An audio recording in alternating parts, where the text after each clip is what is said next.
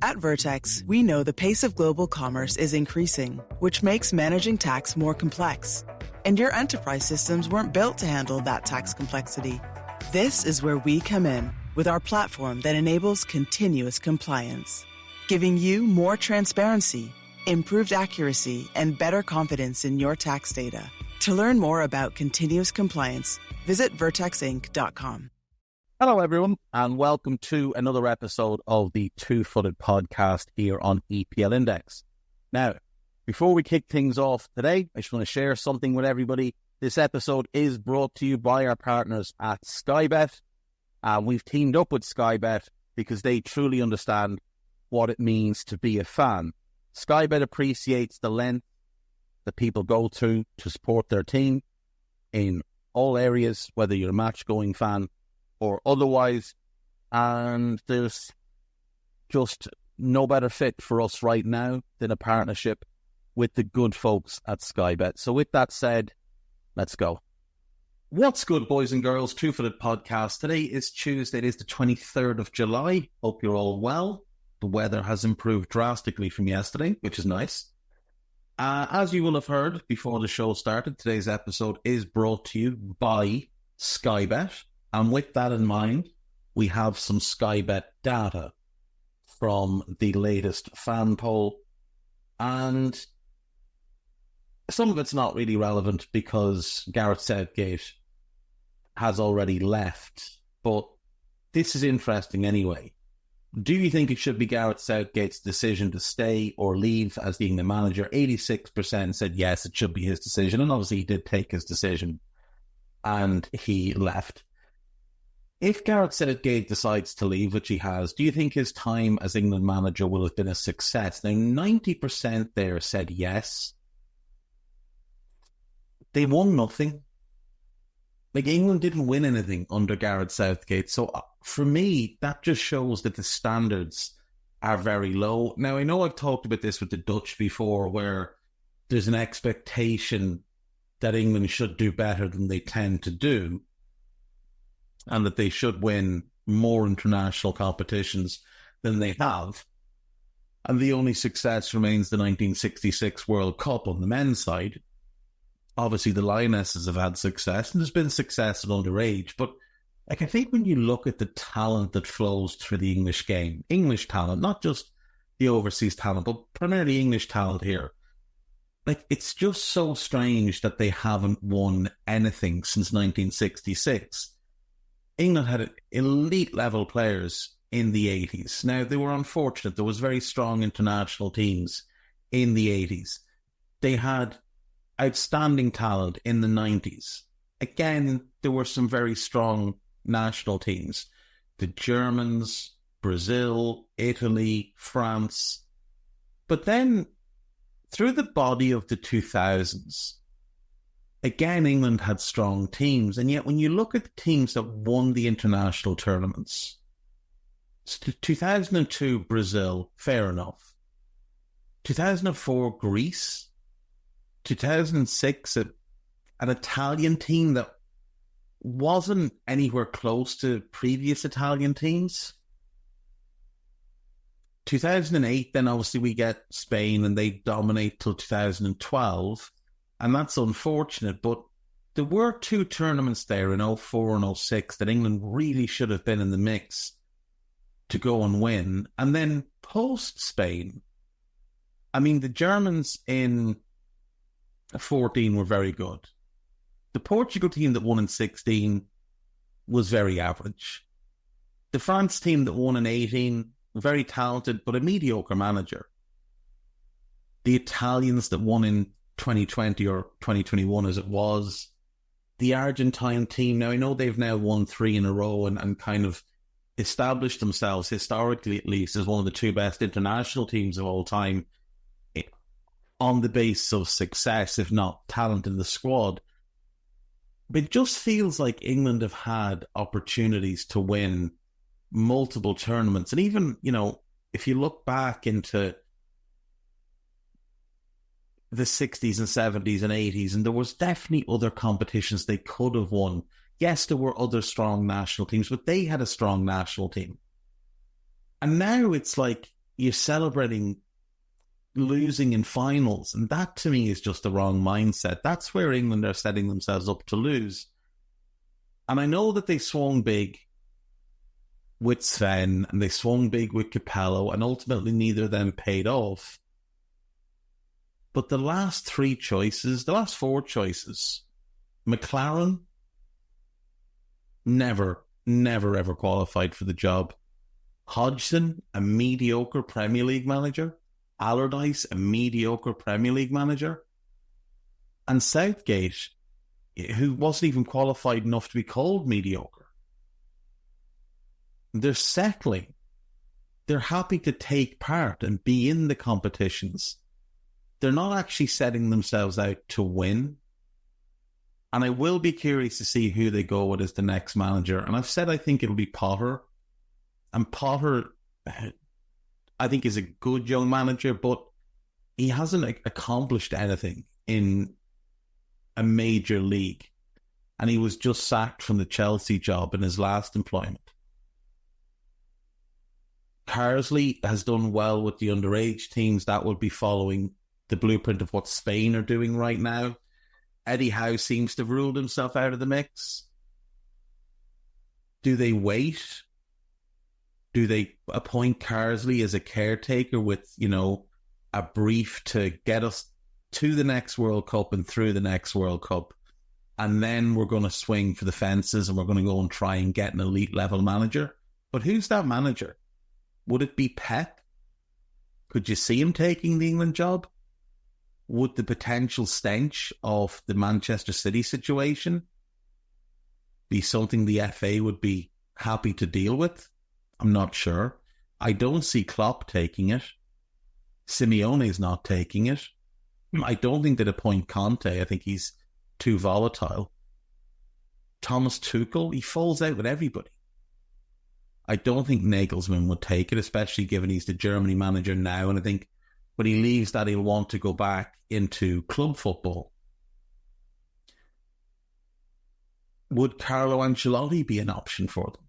I mean, that's a guy that just knows how to win. And perhaps if the plan with Real is for Carlo to stay another year or two, then you appoint Carsley and you say, look, here's the situation. You get us to the next World Cup, get us through the next World Cup. If you win the next World Cup, the job will be yours.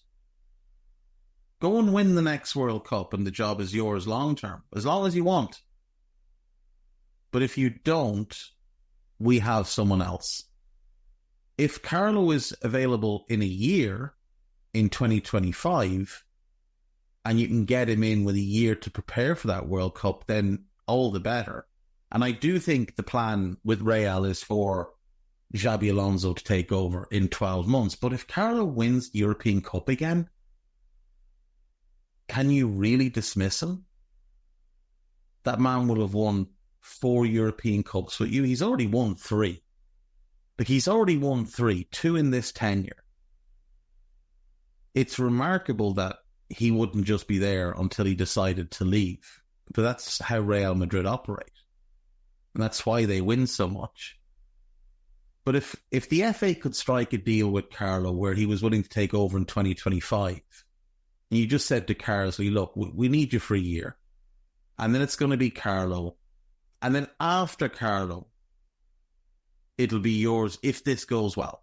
If you do well for the next 12 months, continue to do well with the 21s, we'll bring in Carlo on a 3-year contract, which gets him through a World Cup and then to a European Championships. And then the job would be yours, because at that point, Carlo might want to resign.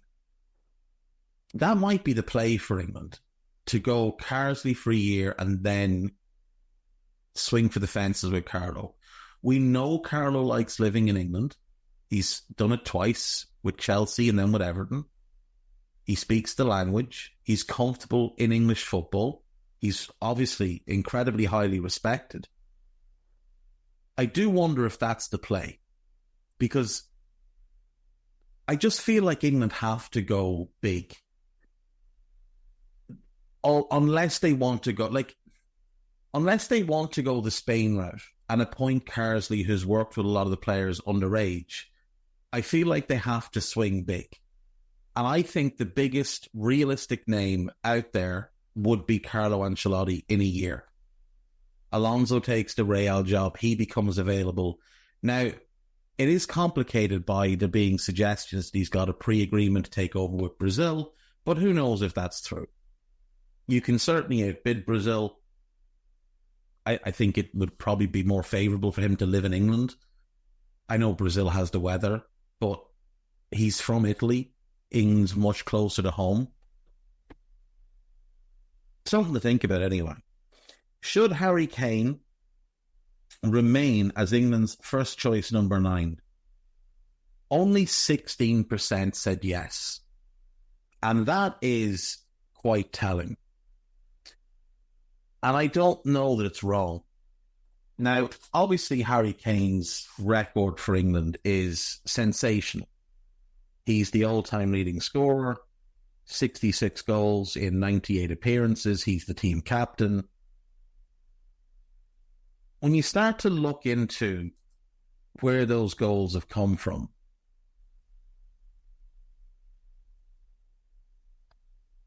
it's a lot of qualifiers, a lot of friendlies. Now, in 2018, he scored 6 goals at the World Cup.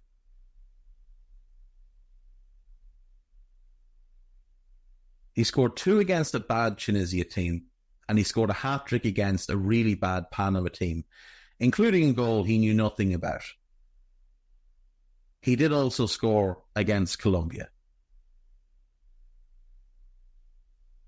In the qualifiers for said World Cup, he'd scored against Scotland, average, 2 against Malta, dreadful, 1 against Slovenia, average, and 1 against Lithuania, average. He'd scored against Croatia in the Nations League that year. That's of these goals, as I'm just looking at them, this is not obviously in order of when he scored. Actually, you know what? Let's go in order of when he scores them. Let's go in order. So he scores against Lithuania in a qualifier and then San Marino in a qualifier. Then he scores against Switzerland. There's a goal against a decent team. Scores in a friendly against Germany and a friendly against Turkey. Then in the qualifiers against Scotland. Then he gets 2 against France. So now we're up to, I would say, 5 goals against good teams from his 8. But then it's 2 against Malta, Slovenia, Lithuania, a fairly average Nigeria at that point, Tunisia, Panama, Colombia, Croatia. There's our 6th goal against good opposition. Now it's 6 from 20 as opposed to 5 from 8. Euro 2020 qualifiers, he gets a goal against the Czech Republic, Montenegro, 3 against Bulgaria, 1 against Kosovo, 1 against the Czech Republic, another against Bulgaria, 3 against Montenegro. He scores against Kosovo.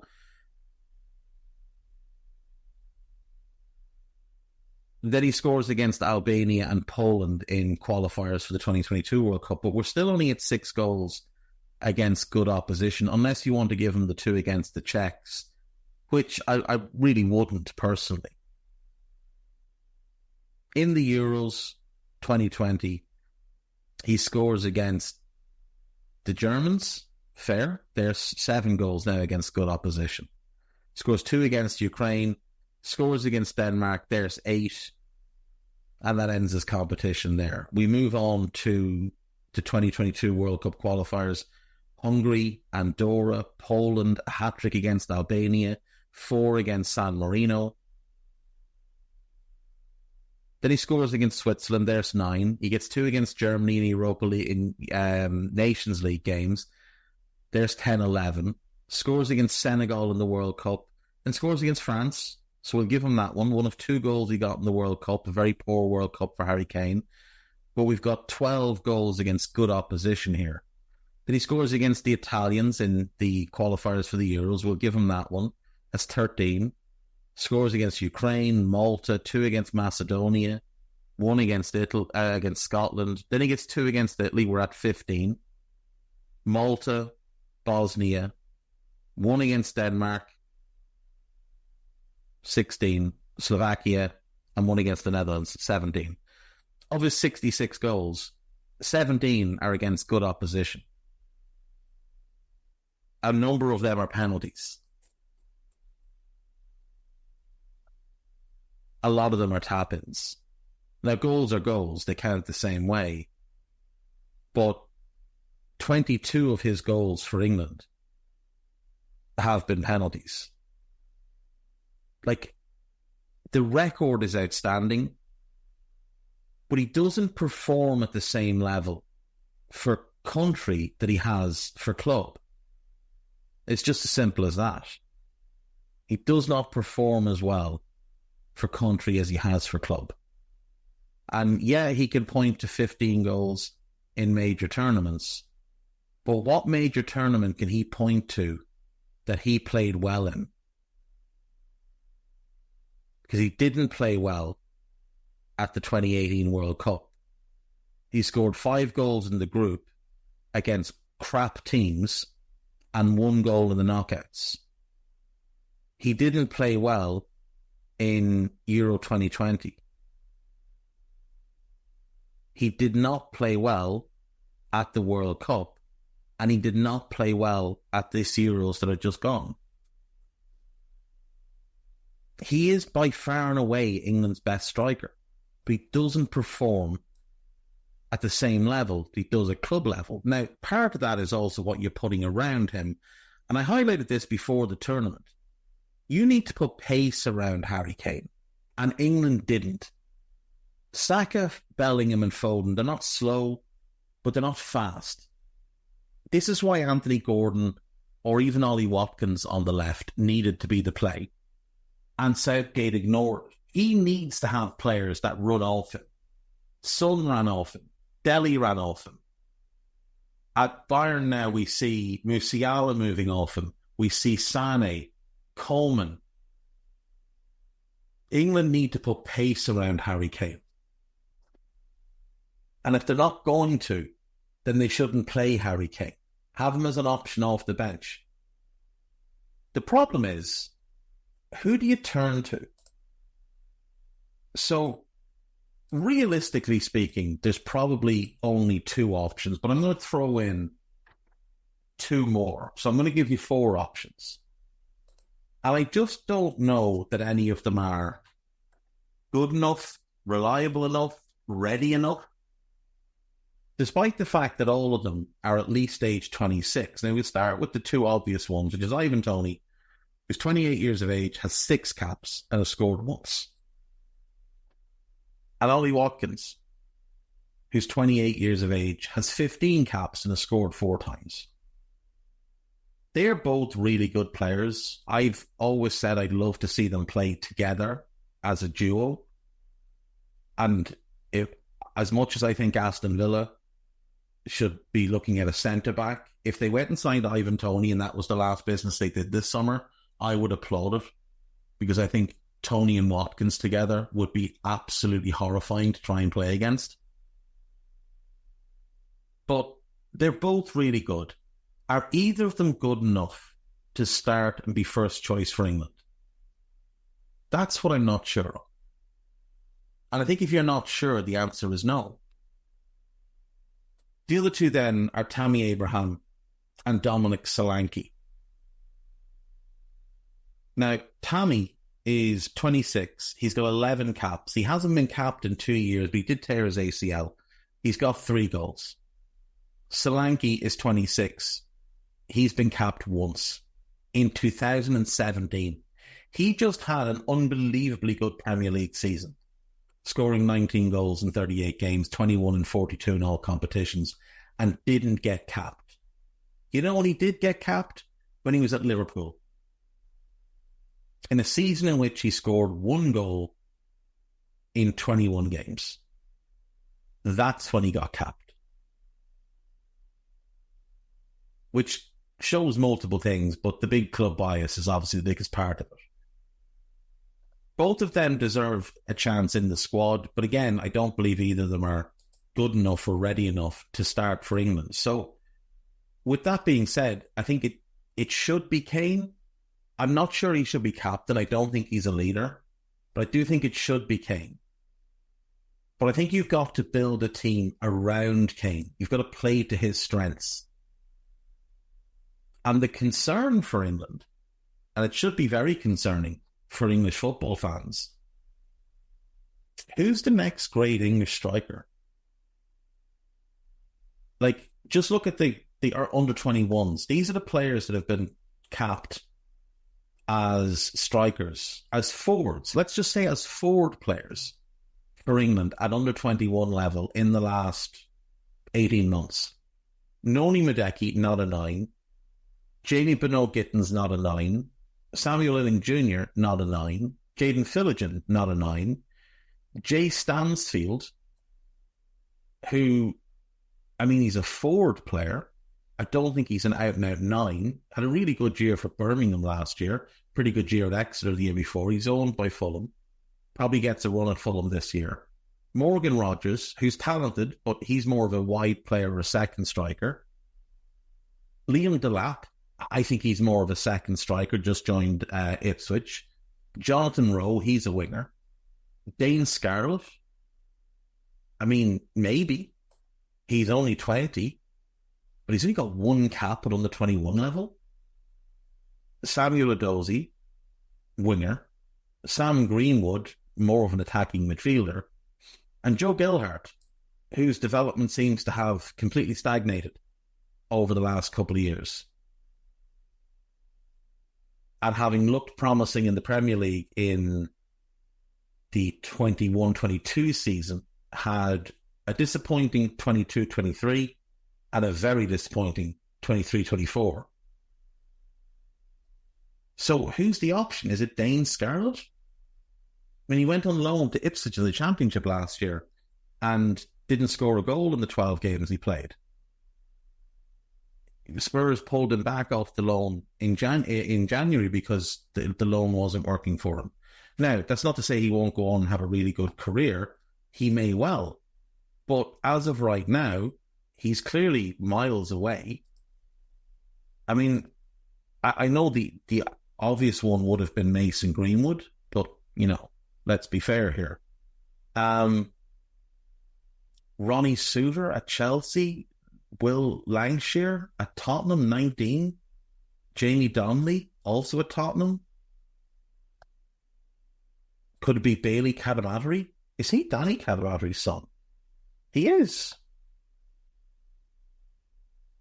Oh, I must keep an eye out for him. He's also eligible for Jamaica, but seems to be wanting to play for England. I mean, I'm not seeing. I'm looking through the under-19 squad. I'm looking at the under-18 squad. Ethan Wheatley looks a talent at United, but I don't think he's going to be an out-and-out 9, or certainly not a line-leading 9. Jayden Dans at Liverpool is supremely talented, but he's 18.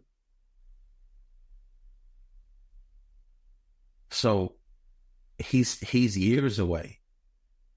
So I think by process of elimination, it has to be Kane. You've got 4 other options there that are worth a look, worth giving chances to in the squad. But the other part of it is Tony, Solanke and Abraham would have the same issues as Kane in that none of them are the quickest players in the world. They need pace around them. And they're not as good as Harry Kane. So you're just swapping out Harry Kane for lesser versions of himself. Calvert-Lewin's another option, but I mean, are we really saying Dominic Calvert-Lewin is the answer for England in attack? A fellow that A, can't stay fit, and B, when he is fit, isn't consistent enough? He's 27. He's got 11 caps, hasn't been capped in 3 years, 4 goals. By process of elimination, it is Harry Kane. But the real question is, what's coming behind him? How long is Kane going to be the 9 for? The next World Cup, the Euros after that? There's no striker on the horizon unless Jayden Daniels becomes that guy. And that's a big concern for England. Who do you think deserved to win the Euros? 4% said England. The bias is drastic. 95% said Spain, and then 0.5% each said Germany and France. What do you think is the reason for England's shortcomings? Players underperforming, 31%. Fair. The manager's tactics, 30%. Very fair. And also the primary reason for option A. The quality of the opposition, 23%. England played one good team. One good team. The weight of expectation, 16%. What expectation has been put on the players when you're also out here at the time claiming that it's a success to lose in finals? You know? Just seems odd to me. We'll go to break. Back after this. Right, welcome back. So, sticking with our Sky Bet team, it is time to take a look at newly promoted Ipswich, who finished second in the Sky Bet Championship last season and completed back-to-back promotions to earn themselves a spot back in the Premier League. A place where Ipswich have not spent a huge amount of time over their history. Now, if you want to go back in the archives, we did a retrospective, a nostalgia trip on Ipswich under Bobby Robson back in the day, from the 60s into the 70s and 80s, and their incredible success in the UEFA Cup and finishing second in the league twice. In 1986, they were relegated into Division 2. They stayed in Division 2 for 6 years and were then promoted into the Premier League in 92-93, which is, of course, the historic first season of the Premier League. The manager was John Lyall. They finished in 16th position.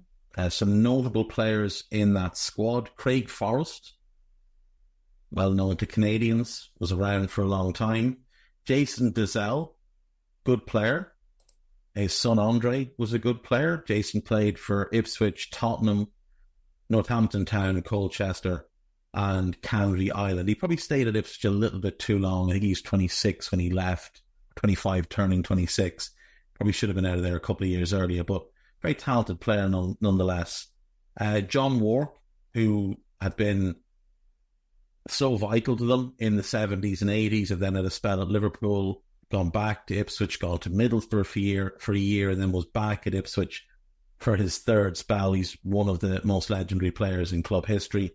And Chris Kwamya, who was a really talented striker, who had come through their academy, like with Dizelle, again, probably stayed a little bit too long, left at age 25, turning 26, to go to Arsenal. And then it didn't work out. He had a couple of loans, ended up at QPR where he did quite well, and strangely finished out his career playing in Denmark, which is just not something you hear very often from an English player. They had a pretty strong start to the season. They only lost twice before the turn of the year. Now, there's a lot of draws in there, but pretty strong start, and then a really poor second half of the season in which they won only 4 games after the turn of the year against 12 losses and 4 draws. They got to the quarterfinal of the FA Cup, lost to Arsenal. They got to the quarterfinal of the League Cup and lost in a replay to Sheffield Wednesday.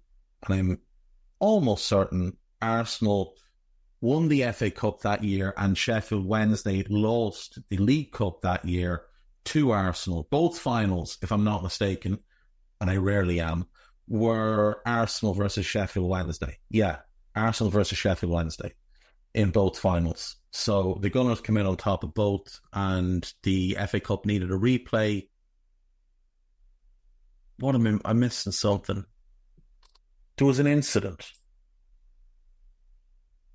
the FA Cup final? No, the League Cup final. Yeah, Steve Morrow. So Steve Morrow would come through the Arsenal Academy, was a squad player, play anywhere, Northern Irish young lad, who'd gone over to Arsenal very young and worked his way through the academy into the first team. George Graham liked him because of his versatility. And he, in that final, was absolutely outstanding and scored the winner. Tony Adams picked him up on his shoulders and then slipped, and Morrow fell and broke his arm or his shoulder or his collarbone or something and missed the rest of that season. And at the final of the FA Cup, which obviously comes later in the year, there were fans holding up signs saying, is Morrow injured or was he dropped? Because he had been dropped by Adams. Just funny. Yeah, probably had to be there at the time. So yeah, that's Ipswich's first season back in the top flight, first season of the Premier League. They finish in 16th. The following season, the 93-94 year, again, John Lyle is the manager. You've got Craig Forrest there, John Wark is still there, you've still got Kwame, Steve Palmer is captain, David Lenigan is in the squad, Durant Williams is in the squad. Boncho Chenchev is the star foreign name. He's a Bulgarian midfielder who had a bit of a journeyman career, would play for Ipswich for a few years, having joined from Sporting, then go to Luton, then CSKA Sofia, and then came back to live in England and play non-league, which I think you see with quite a few players. So in this season, Ipswich do a similar thing. Now, they don't have as good a start to the first half to the season, but still pretty strong up until the turn of the year. And then once again, it's a really poor second half of the season where they only win 2 games. They survive by the skin of their teeth, finishing in 19th position, 1 point above Sheffield United. Remember, this is back when we have 22 teams in the league. They've got a worse goal difference than Sheffield United, so very, very fortunate to stay up. Final day result had been a draw away to Blackburn, which basically saved them. 94-95 then. They start to spend a bit of money. They bring in Steve Sedgley from Tottenham, Adrian Paz, a Uruguayan from Estudiantes de La Plata in Argentina, Mauricio Tarrico, a left-back who would go on and play for Spurs for a number of years and then played a little while at West Ham and was at Brighton when I was going to Brighton games. Lee Chapman comes in. He was very much towards the end of his career. He'd been all over the place. Came through at Stoke, Plymouth, then Arsenal, Sunderland. Really good for Sheffield Wednesday in the mid-80s. Had a couple of good seasons with Nottingham Forest. Had a great run with Leeds. Was part of the Leeds team that won the league title. Had then, at 34, just kind of been cast aside. He'd gone to West Ham, and then he went to Southend. Then he went to Ipswich for the year, but it didn't really work out. He went back to Leeds on loan. It didn't really work. Played for Swansea, and then went and finished his career with a season in Norway, which, again, very random. This season did not go well for Ipswich Town. They were absolutely rotten from start to finish. They lost the first game.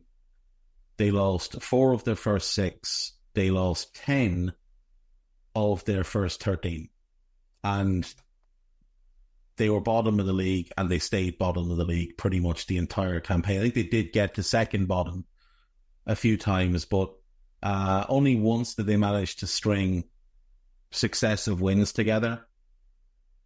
They got tonked a few times, including the legendary Manchester United 9, Ipswich 0 game at Old Trafford in the March, and they were relegated, unsurprisingly, to anybody. They also went out in the first round or the third round of the FA Cup and the second round of the League Cup, which was the first round that they entered into.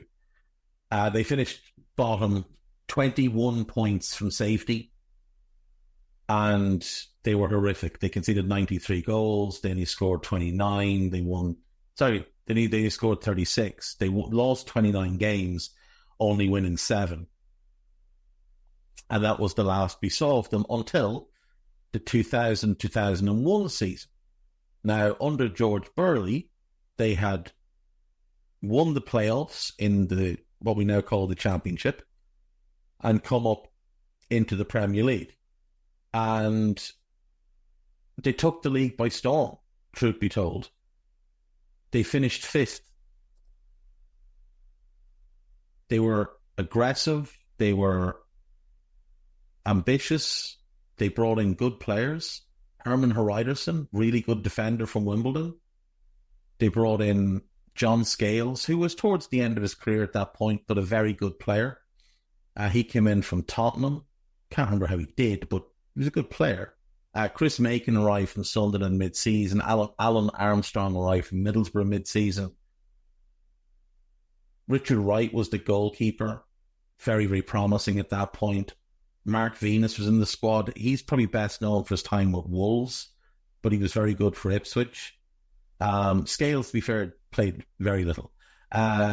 Titus Bramble was emerging as one of the brightest young prospects in English football at this point. In midfield, you had Jim Magilton, Matt Holland, Jermaine Wright, all really hard-working grafters, but very functional in midfield. And then in attack, you had James Scowcroft, who was a decent player. You had Alan Armstrong, who was a decent player. But you had Marcus Stewart, who was the real star. Marcus Stewart had been the best player in the Championship for a few years before joining Ipswich. And he'd been with Bristol Rovers and then Huddersfield, and then joined Ipswich, fired them to promotion. Joined them, I think, when they got promoted, didn't he? Or had he joined them the previous season? I think he joined them midway through the previous season. Transfers. Yeah, joined them in the February. And was really good for them. Really, really good. Immediately stepped up into the Premier League and had no issues at all in scoring goals.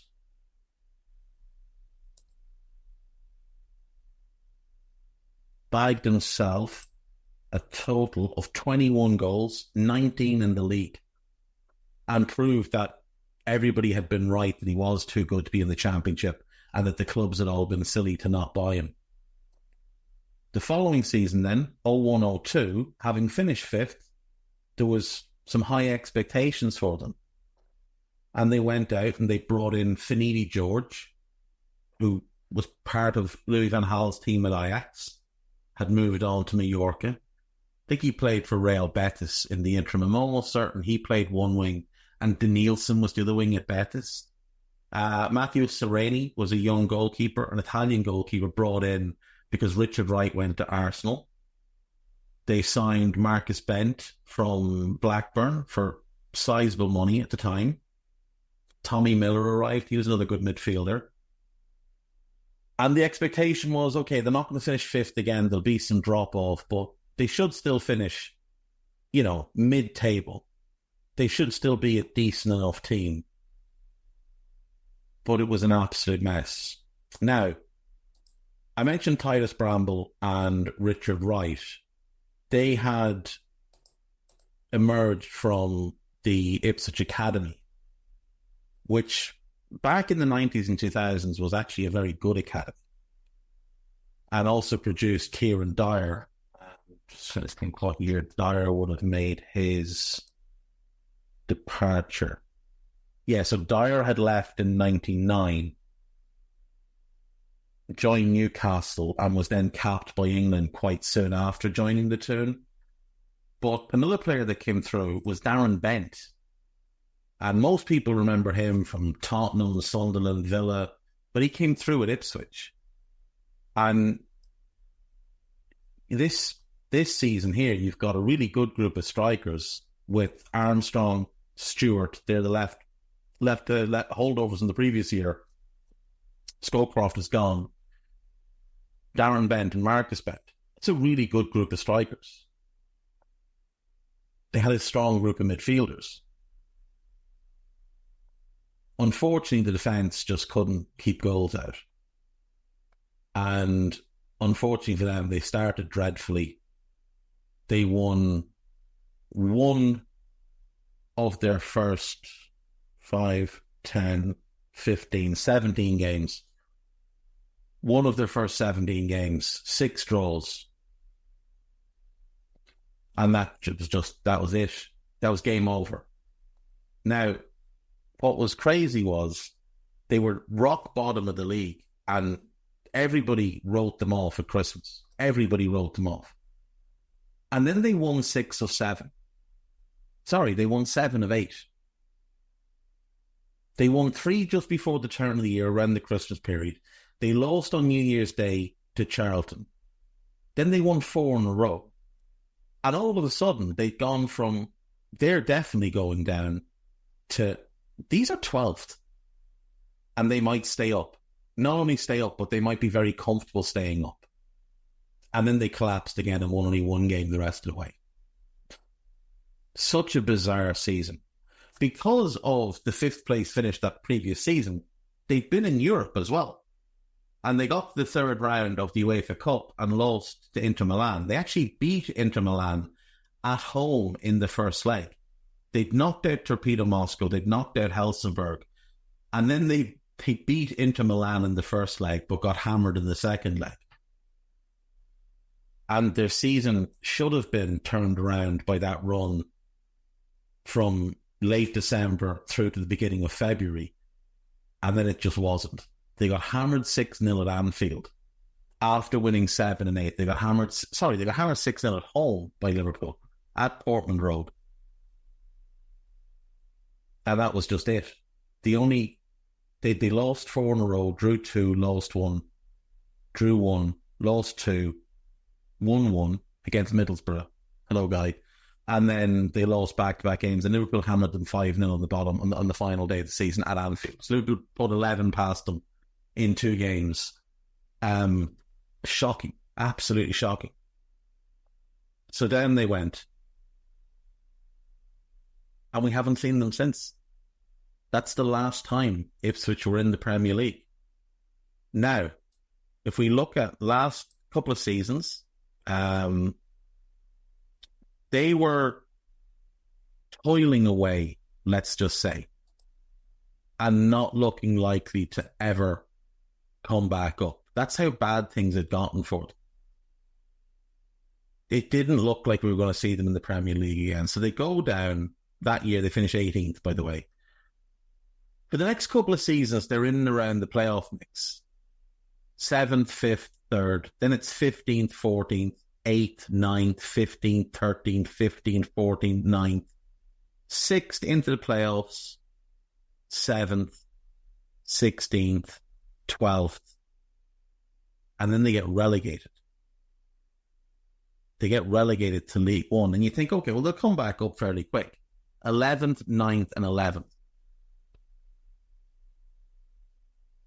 Now, the only good thing that happened was that second season of finishing 11th. They appoint Kieran McKenna into December. And he immediately turns things around because they're not going to finish 11th. They're potentially going to drift towards the relegation spots and maybe a trip to League Two. But McKenna turned things around, got them playing good football, got them defending well, got them scoring some goals, and then carried that into the 22-23 season. And they wouldn't just win League One, get promoted to League One. They do so playing a great brand of football and being brilliant at both ends. They scored 101 goals, which was the most in the division. They finished second, 3 points behind Plymouth. They scored 19 goals more than them. They conceded 12 less. Their goal difference was plus 66 on the season. Scored 101 and only conceded 35. That's elite at both ends. They only lost 4 games, the least in the division. The issue was they drew 14. They won 28 and drew 14, whereas Plymouth won 31, but only drew 8. So Plymouth snuck above them, but Ipswich went up anyway. At no point, now Kieran McKenna now has been in the job a year and a half by the end of this season, and they haven't lost back-to-back games, which is quite impressive in the lower leagues, especially when you consider that before he'd taken over in 21-22, they'd lost back-to-back games twice. You move forward now, they're in the Championship, 23-24 season. They don't spend a whole bunch of money. They make smart moves, low-cost moves. They operate well in the loan market. And they finish second.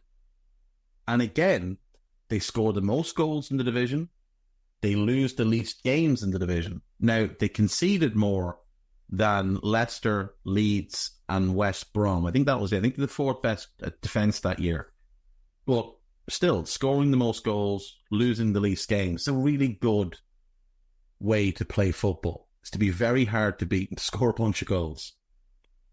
Again, at no point did they lose back-to-back games. We're now 2.5 years into McKenna's tenure, and his team haven't lost back-to-back games. They've also never lost to a team who at the time were in the bottom half of said division. They've only lost to good teams. Leeds, West Brom, Leeds, Preston, Cardiff and Norwich last season. Cardiff, probably the one team where you would say not very good. Everybody else, good team. All of them were top half at the time. I'm almost certain. I'm going to check that, but I'm pretty certain Cardiff were like 11th when they beat them. Let me just check that. Season, of course. Do you know what's funny about Cardiff? Like, you'd never think this, but like Cardiff have a really interesting way of going about how they hire managers and how they make decisions. Vincent Tan he's a clown. He's a brilliant businessman. As a football owner, he's a clown. But he appoints good people. And I'm really curious to see how Errol Bullock does at Cardiff this coming season. He had a rough enough year last year, but I do think he's an interesting manager. He did well with Fenerbahce when he was there. It just wasn't well enough for them. But he'd done well with Alanyaspor before that. But for them to reach out and grab a manager that had never managed in England, had only managed in Turkey, I think it's just a really interesting way to go about things. You're bringing a manager in almost blind, so he doesn't have sort of preconceived biases against certain things or preconceived ideas of how things should be. He's looking at it all with fresh eyes. I think that's very interesting. Anyway, maybe that's just me.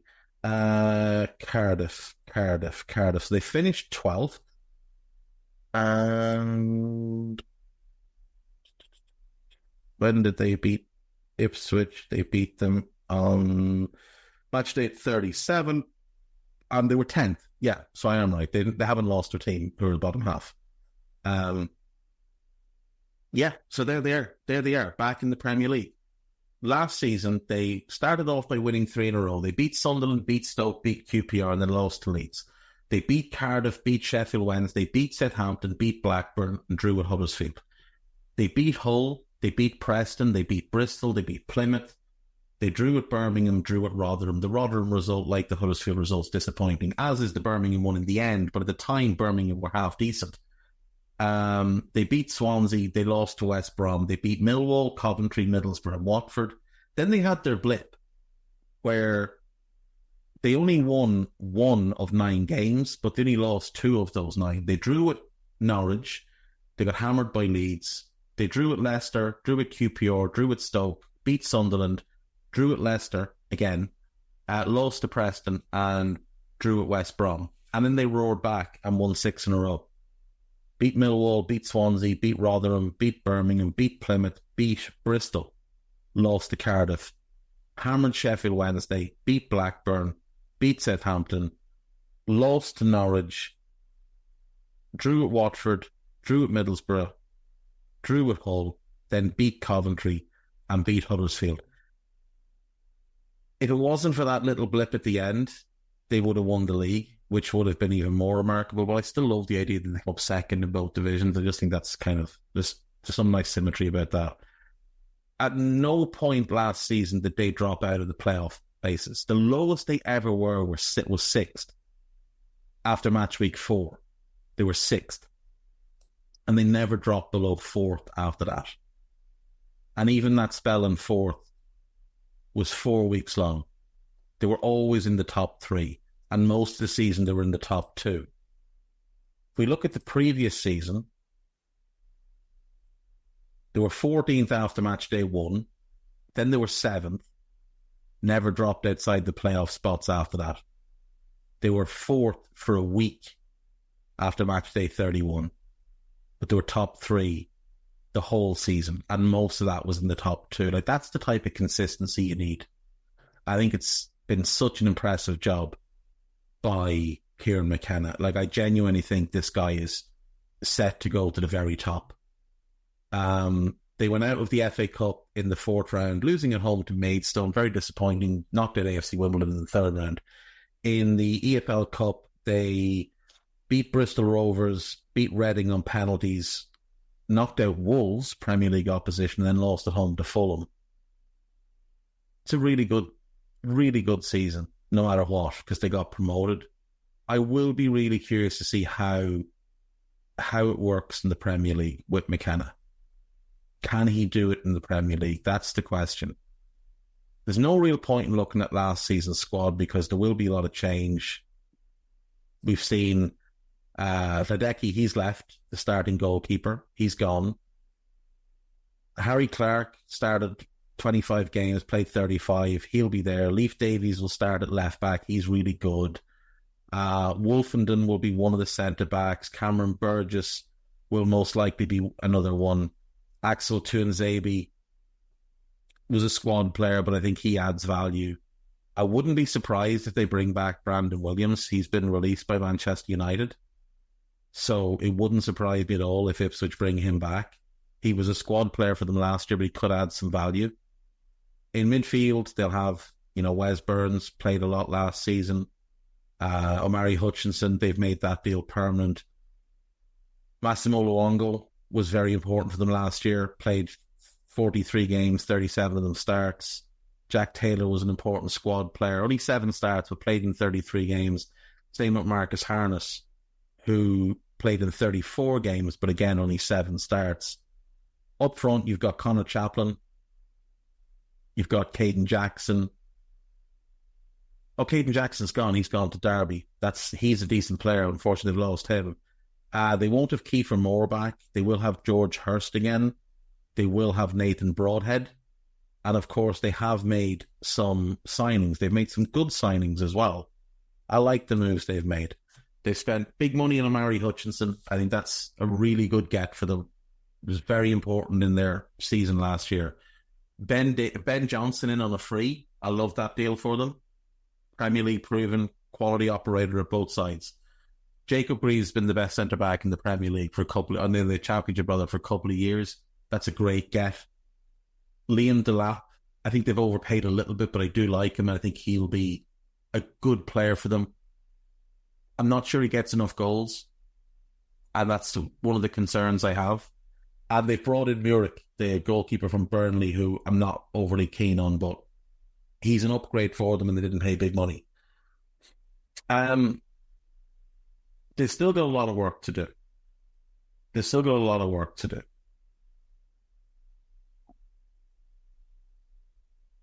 I would suggest Muric will be the goalkeeper.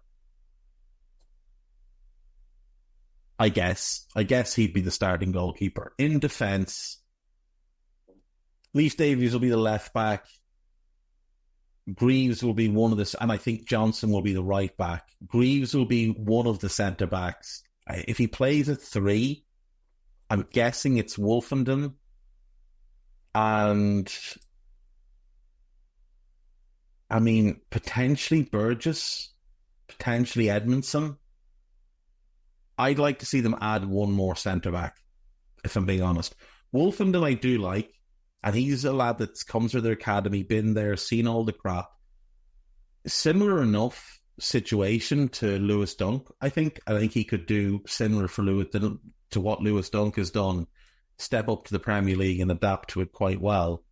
I think they need one more centre-back in. They definitely need an addition in midfield. You can't go in with this current group. Decent players, don't get me wrong. You can't go in with this as your midfield group. You've got to add at least one more.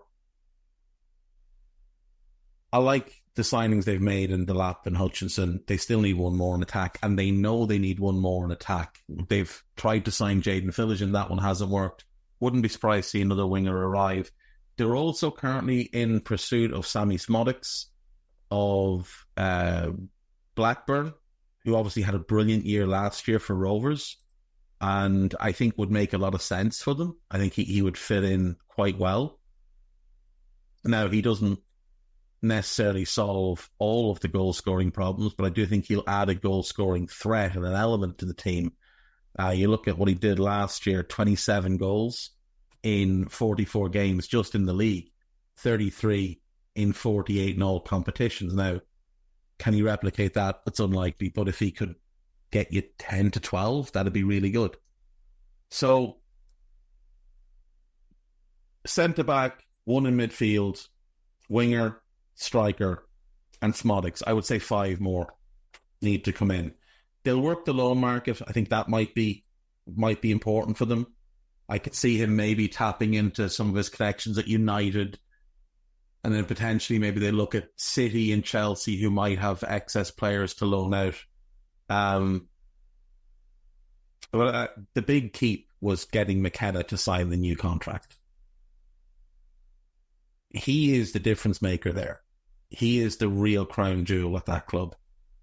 And I would imagine that new contract, which is a 4-year deal, came with a very, very sizable release clause. This is one of the best young managers in world football. Don't be twisted about it in any way. Just because he's managing Ipswich Town, and it's not a sexy foreign club, don't overlook this kid. This is one of the best, and I can call him a kid because he's younger than me, which is ridiculous, but he's one of the best young managers in world football, and he is going to be very, very prominent in the game over the next 20 years.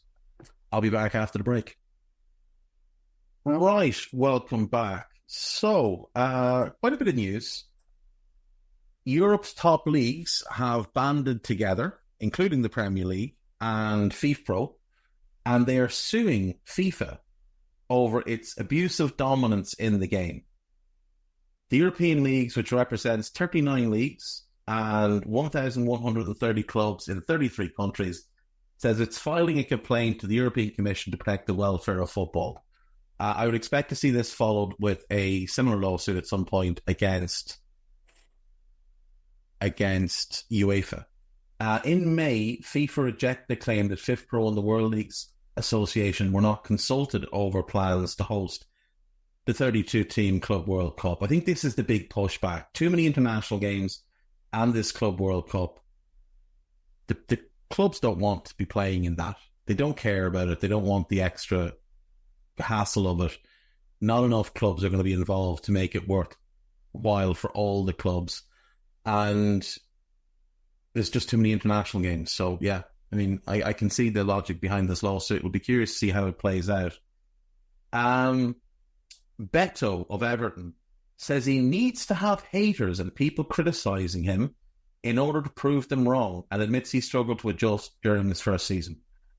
He wasn't very good. They overpaid him drastically, but hopefully in year 2 he can bounce back. Millwall will retire their number 20 shirt in honour of goalkeeper Matthias Sarkic, who died in June, aged 26. He joined Millwall from Wolves in August 2023, and he was really good for the last season, and his death was quite the shock, to be completely honest. It just kind of came out of nowhere. He'd been at home, I think, playing for his international team. England and Manchester City goalkeeper Kira Keating pled not guilty to possessing canisters of nitrous oxide herself and her mother appeared in court, both charged the same offence and both denied the offence. Both were granted unconditional bail ahead of a further hearing at the same court on September 10th. Manchester City's owners have announced a new TV deal. City's owners have signed up to create a host of new football-themed television shows. City Football Group, the parent company of the Premier League champions, has announced a deal with Sony Pictures Television, which will include them developing children's programming. Okay, well, fair play to them.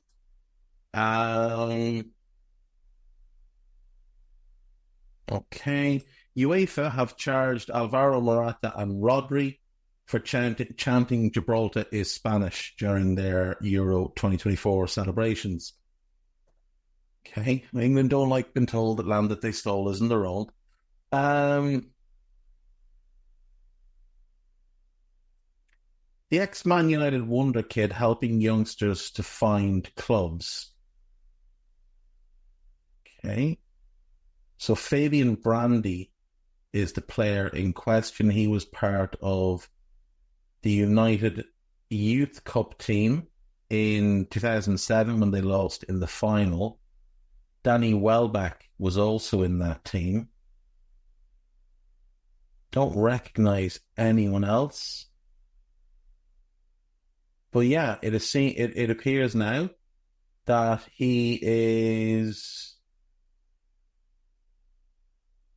playing for Coleraine and working for newly formed Scouted FC, which is they're attempting to create a pathway, a showcase club for young players to go to and potentially find a